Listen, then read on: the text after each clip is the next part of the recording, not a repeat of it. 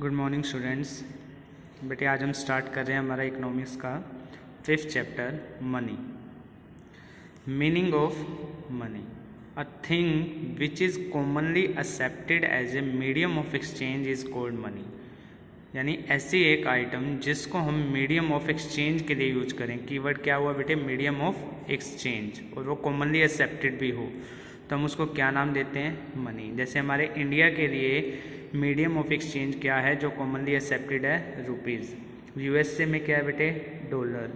तो इनको आपस में हम एक्सचेंज भी कर सकते हैं, तो इनको क्या नाम दिया गया है? मनी। पहले क्या होता था? ओल्डन डेज में goods were exchange for goods, जिसको हम क्या नाम देते थे बेटे? Barter system. Like a cobbler would make shoes in return for wheat from farmer, a farm worker could get grain as a reward for his labor and so on। यानी अगर एक कोबलर को शूज़ बेचना चाहता है और वो क्या चाहता है कि वीट खरीदना है, तो उसे एक ऐसे फार्मर की जरूरत है जो वीट बेच के शूज़ खरीदना चाहता हो। तो उनके वहाँ पे जो डबल कोइंसिडेंस ऑफ बॉन्ड्स होती थी उनको फुलफिल करने के लिए क्या बनाया गया बेटे? एक बार्टर सिस्टम, जहाँ पे गुड्स एक्सचेंज की जाती थी गुड्स के लिए। But with multiplicity of bonds barter system prove to be an inefficient system of exchange. लेकिन लोगों की धीरे धीरे बॉन्ड्स बढ़ने लगी, ग्रेटर नीड की जरूरत पड़ी एक्सचेंज की। दैट्स वाई बार्टर सिस्टम वहाँ पे क्या हो गया बेटे? फेल हो गया। तो हमें मनी को इन्वेंट करने की जरूरत पड़ी और मनी को फिर इन्वेंट किया गया जो कि commonly accepted medium of exchange होगा। इनिशियली क्या हुआ जब मनी को इन्वेंट किया गया? Coins of golds and silvers introduced as a money, and subsequently alloy metal use for coinage along with paper money. धीरे धीरे एलॉय मेटल्स को यूज किया जाने लगा। And nowadays plastic money और e economy, just like electronic transfer of money, debit card, credit card, इनको हम बेटे ज़्यादा यूज करते हैं। तो ये कुछ एक डेफिनेशन है और मनी का पूरा इवोल्यूशन है कि मनी की क्या डेफिनेशन और मनी ने कैसे कैसे अपने आप को इम्प्रूव किया। जैसे पहले बार्टर सिस्टम से लेके आज हम कहाँ पर आ चुके हैं बेटे? इलेक्ट्रॉनिक मनी तक आ चुके हैं। नेक्स्ट पेज पे बेटे हम आएंगे। नेक्स्ट पेज पे हमने देखा, कहते हैं इनिशियली जो मनी है use as a medium of exchange. धीरे पहले जो मनी को यूज किया जाता था, सिर्फ मनी को किस लिए यूज किया जाता था? एक्सचेंज के लिए, कि आपने कुछ खरीदा है, क्योंकि मनी ने सेल और परचेज के एक्ट को सेपरेट कर दिया था। But gradually money found it's other uses, like store of value, like आप सेविंग वगैरह करते हैं। मेजर ऑफ वैल्यू, गुड्स और सर्विसेज को आप एक्सप्रेस कर सकते हैं मनी के अंदर। And standard for deferred payments, यानी आज आप फ्यूचर पेमेंट्स भी कर सकते हैं। ये नहीं कि आपके पास कोई काम करने आए तो आप उसको ग्रेन्स दे के डेली लेबर आप कंप्लीट कर दें। अब आप किसी को भी पेमेंट फ्यूचर में दे सकते हैं। जस्ट लाइक हम अगर कहीं काम करते हैं तो हमें जो पेमेंट मिलती है आफ्टर 1 मंथ मिलती है, सैलरी जो मिलती है वो आफ्टर 1 मंथ पे की जाती है। तो स्टैंडर्ड फॉर डेफर्ड पेमेंट। तो इसलिए कहते हैं पहले तो मनी को हम डेफिनेशन क्या देते थे? Medium of exchange. But now it's के अदर यूजेस की वजह से आज हम मनी की डेफिनेशन को थोड़ा वाइड कर रहे हैं। तो money it defined as an instrument that serves as a medium of exchange, like store of value, measure of value and a standard for deferred payments. यानी मनी वो है जो मनी कर सकता है। तो मनी स्टोर ऑफ वैल्यू भी कर सकता है, मेजर ऑफ वैल्यू भी कर सकता है, and standard for deferred payments में भी यूज हो सकता है। इसके बाद बेटे हम बढ़ेंगे बार्टर सिस्टम, जो कि आपने शायद 9th-10th में भी पीछे पढ़ा है। Barter system of exchange, it is a system in which goods are exchange for goods.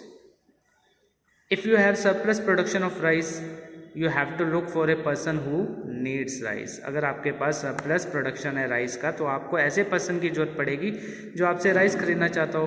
And at the same time has cloth which you need for your self. यानी आप राइस बेचना चाहते हो बट आपकी वॉन्ट्स क्या है? Cloth. तो वो सामने वाला पर्सन क्लॉथ बेचना चाहता हो, उसकी नीड क्या हो? राइस।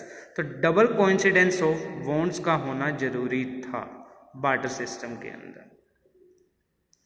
बट धीरे धीरे मनी ने बार्टर सिस्टम को एलिमिनेट कर दिया। बार्टर सिस्टम के ड्रॉबैक्स की वजह से। तो आज हम देखेंगे कि वो ड्रॉबैक्स क्या हैं जिसके लिए हमें मनी को इन्वेंट करना पड़ा। Drawbacks of barter system and there elimination. पहला ड्रॉबैक्स कौन सा बेटे? डबल कोइंसिडेंस ऑफ बॉन्ड्स, जो अभी मैंने समझाया।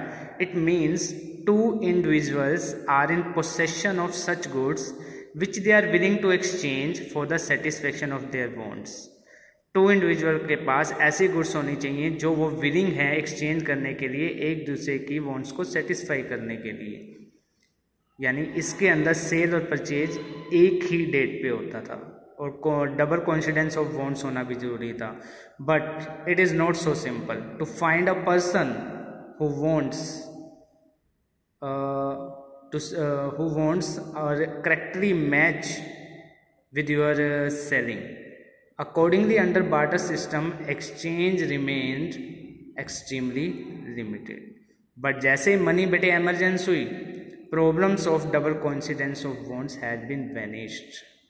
क्योंकि मनी ने क्या किया, मनी ने सेल और परचेज का जो एक्ट था उसको सेपरेट कर दिया। अब आप सेल अलग डेट पे कर सकते हो एंड परचेज आप अलग डेट पे कर सकते हो। तो मनी ने डबल कोइंसिडेंस ऑफ बॉन्ड्स को वैनिश कर दिया। Next drawback, lack of a common unit of value. What is this? What is the value of your car? You can reply 5 lakh. Can you give the same answer in a barter system of exchange? No, certainly not. Under such a system, your car would be valued in terms of horses, cow, buffalo, etc. Simply because there is no money, there is no common unit of value. Evolution of money ने क्या किया, एक common unit of value को fix कर दिया। अब आप कह सकते हो आपकी कार इतने की है, आपके काउज इतने की हैं, बुफेलो इतने के हैं, तो आप हर चीज़ को अलग अलग वैल्यू में मेजर कर सकते हो। तो मनी ने कॉमन यूनिट ऑफ वैल्यू को प्रेजेंट कर दिया, जो उसका लैक था उसको फिनिश कर दिया गया। Third, difficulty of future payments और contractual payments. These days, you hire a worker and strike a contract to pay him 10,000 per annum. आप एक वर्कर को हायर कर सकते हो 10,000 पर मंथ या पर एनम, जो भी आप उसे सैलरी पे कर सकते हो। What do you do in barter system? आप बार्टर सिस्टम में क्या करते थे? क्या मंथली पेमेंट करते थे? Would you decide to pay him in terms of table और chairs, in terms of rice और wheat, in terms of drugs और चॉकलेट्स? कॉन्ट्रेक्चुअल पेमेंट्स और future payments would certainly be difficult under barter system. यानी barter system के अंदर आप contractual payment नहीं कर सकते थे। जिस डेट पे काम होता था उसी डेट पे आप उन्हें rice, drugs, chocolates, tables, chairs etcetera ये दे के आप उनको लेबर को साथ साथ पे कर देते थे। But evolution of money has facilitated contractual payment. आज आप अगर काम करते हो तो पेमेंट आपको 1 मंथ या 1 वीक, जो भी आपका डेज फिक्स होते हैं उसके अकॉर्डिंग आपको पेमेंट मिलती है। Difficulty of storage of value and transfer of value. जब सीसी इकोनॉमी यानी कमोडिटी टू कमोडिटी इकोनॉमी थी, saving is possible only storage of goods.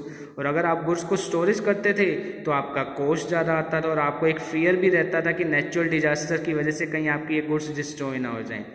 What happens if you are transfer your saving from one place to other? अगर आप अपने इस जो भी grains वगैरह थे, वीट थे, उनको स्टोर करके रखते थे, एक दूसरी जगह ले जाना था तो फिर से आपको ट्रांसफरिंग वैल्यू पे करनी पड़ती थी। बट जैसे मनी का इन्वेंशन हुआ, आप मनी को स्टोर कर सकते हो इजीली, आप मनी को ट्रांसफ़र कर सकते हो। आजकल तो वैसे भी बटे मनी ऑनलाइन ट्रांसफ़र होती है। तो difficulty of storage of value और ट्रांसफ़र ऑफ वैल्यू दोनों को, जो डिफ़िकल्टी थी बार्टर सिस्टम में, उस बार्टर सिस्टम ने उसको मनी ने उस बार्टर सिस्टम की डिफ़िकल्टीज़ को दूर कर दिया। तो आज हमारा यही टॉपिक है बेटे, आप इसको रीड आउट करेंगे।